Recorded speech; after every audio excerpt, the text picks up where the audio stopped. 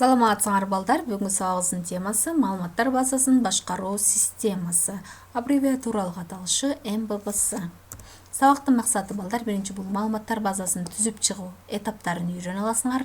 Экинчи маалыматтар базасын башкаруу системасы жана классификациялашы жөнүндө түшүнүк аласыңар. Үчүнчү маалыматтар базасын башкаруу системасындагы маалыматтардын типтерин окуп үйрөнөсүңөр жана төртүнчү МББСнын негизги объектилери менен таанышасыңар. Анда өтүлгөн темаларды кыскача кайталап, андан соң жаңы темага кирели. Биринчи бул маалыматтар базасы деген эмне? Балдар, биз мурдагы сабакта аныктама бергенбиз. Бул маалыматтар базасы деген атайын эрежелерге таянып, структураланган, өзгөчө тартипте уюштурулган маалыматтардын топтому болуп эсептелет. Мында объекттердин абалы жана ал объекттердин башка предметтик областтар менен болгон байланыштары чагылдырылышы мүмкүн деп айтканбыз. Экинчи информациялык система жөнүндө айтып бергиле балдар. Информациялык система бул колдонуучунун каалаган убактысында каалаган багыттагы информация менен камсыз кылып берүүчү аппараттык жана программалык жабдуулар же болбосо каражаттар. Информациялык системага Google, Яндексти кетирсек болот. Ошол эле учурда географиялык абалды аныктап көрсөтүүчү бул 2GIS дагы бул информациялык системанын бир мисалы боло алат деп айтканбыз. Үчүнчү программалык камсыздоого берилген укуктук негиздер жөнүндө айтып бергиле балдар.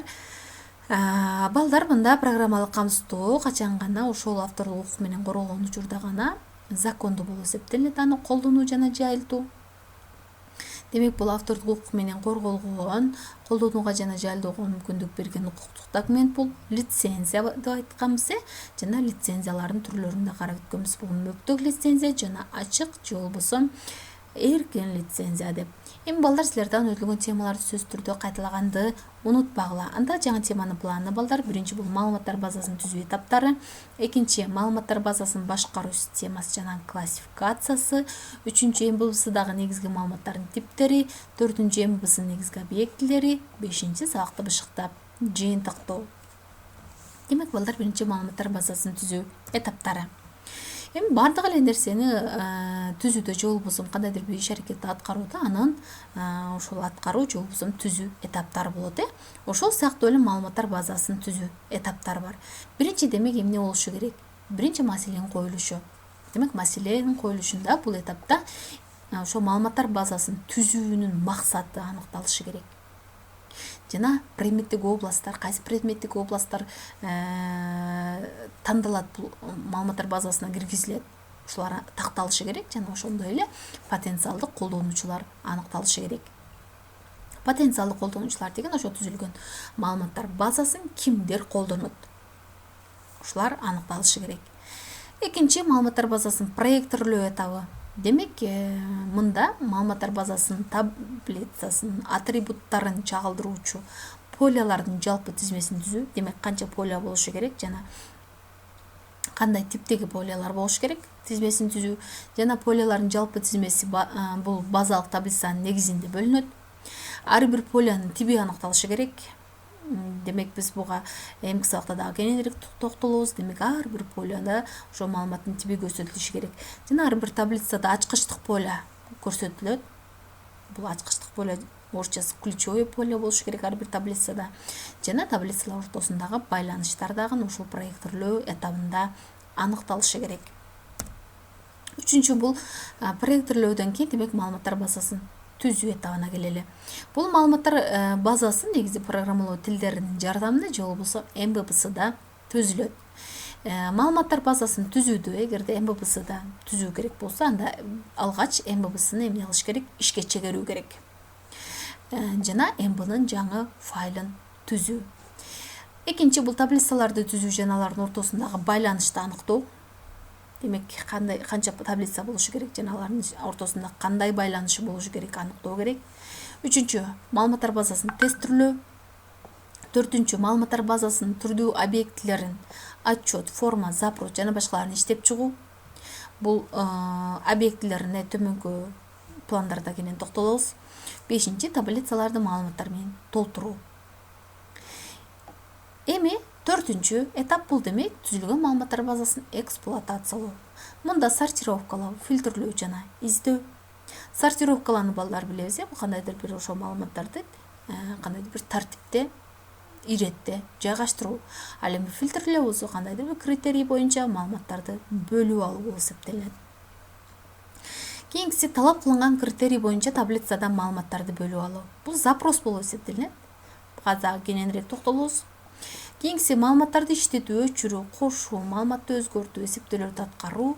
Демек маалыматтарды иштетүү мында керексиз маалыматтарды өчүрүү, ошондой эле кошумча маалыматтарды кошуу, демек бул эксплуатациялоо этабында ишке ашат жана отчетторду даярдоо. Демек маалыматтар базасын түзүү чоң 4 этаптан турат экен. Ар бир этапта өзүнчө кадамдардан турат экен. Анда кийинки планга келели балдар. Маалыматтар базасын башкаруу системасы же болбосо МББС.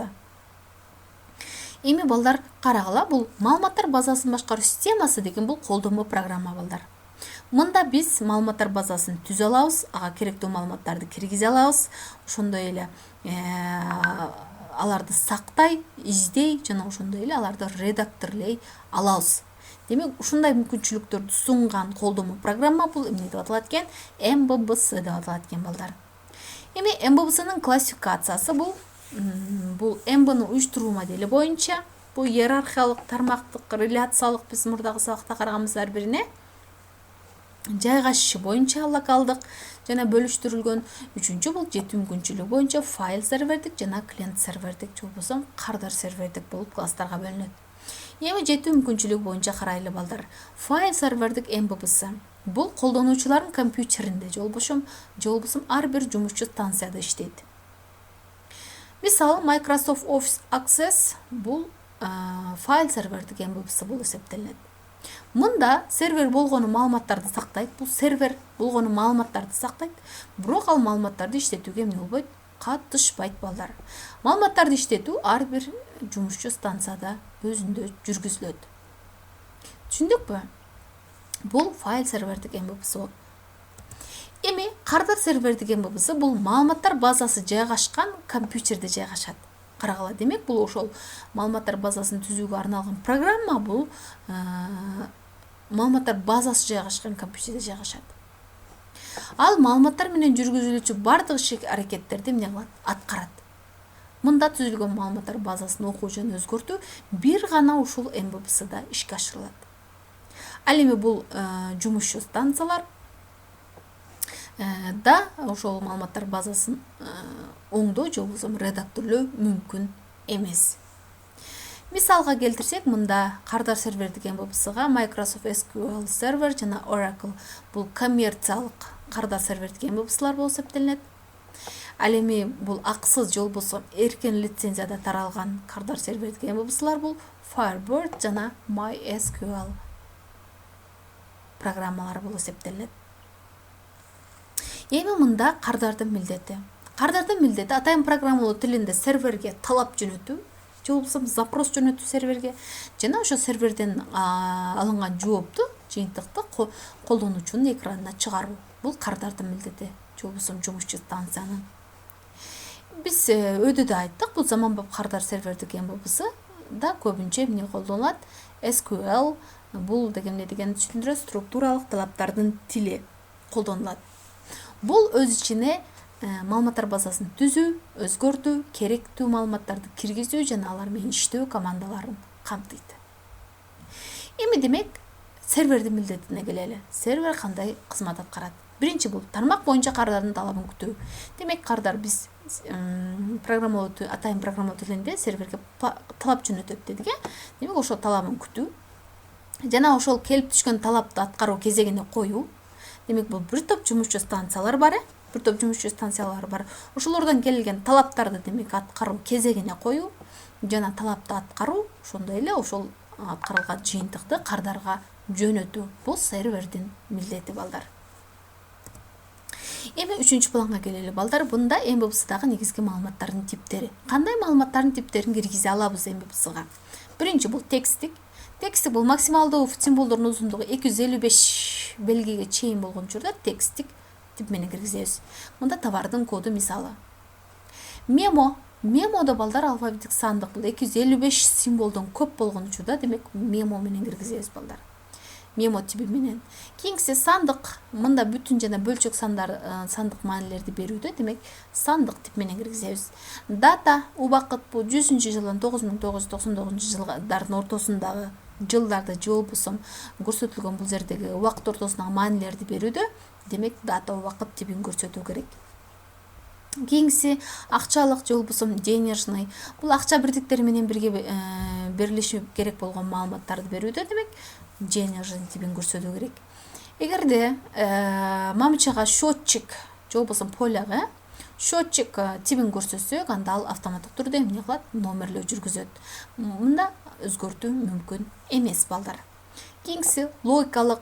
Эки гана жооптун бирөөсүн гана алышуу мүмкүн болгон маалыматтарды берүүдө, демек логикалык типти көрсөтүү керек. Бул мисалы ооба, жок, же болбосо мүмкүн же мүмкүн эмес, же баары жок. Ушундай эки гана жоопту алышы мүмкүн болгон маалыматтарды берүүдө, демек логикалык типти көрсөтүүбүз керек. Кийинкиси оле. Оле бул сүрөттөлүштөрдү берүүдө.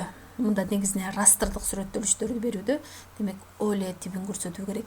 Андан кийин гипершилтеме. Гипершилтеме бул компьютерде же болбосо башка интернет баракчаларында сакталган файлдарга шилтеме берүүдө, демек гипершилтеме тибин көрсөтүүбүз зарыл экен. Анда 4-планга келели балдар. МББСынын негизги объектилери балдар. Негизги 3 объектиси бар жана бир жардамчы объектиси бар балдар. Негизги объектилердин бири бул таблица болуп эсептелинет. Таблица бул запись жана полялардан турат дедик. Запись деген бул ошол сапчасы, поля болсо мамычасы болуп эсептелинет. Жана ар бир полянын жогоруда да айттык, маалыматтык тиби көрсөтүлүшү керек деп айттык. Жана ар бир таблицада ключевое поле же болбосо ачкычтык поле болушу шарт. Кийинкиси талап, запрос. Бул маалыматтар базасындагы маалыматтарды иштетүүдөгү негизги инструмент болуп эсептелинет. Белгилүү бир критерий боюнча издөөнү жана аны бөлүп алууну гана ишке ашырбастан, бул бир эле учурда маалыматтардын үстүнөн операциялар жүргүзүп, ошол эле учурда жыйынтыктарды сактайт. Кийинкиси отчет. Отчет бул печаттоого даяр электрондук документ. Бул отчет өз ичине ар түрдүү таблица жана запростордон маалыматтарды камтышы мүмкүн. Кийинкиси форма бул жардамчы объект болуп эсептелинет. Бул маалыматтар базасына маалыматтарды киргизүү, көрүү жана редакторлоону ыңгайлуу абалга келтирүүчү жардамчы объект болуп эсептелинет.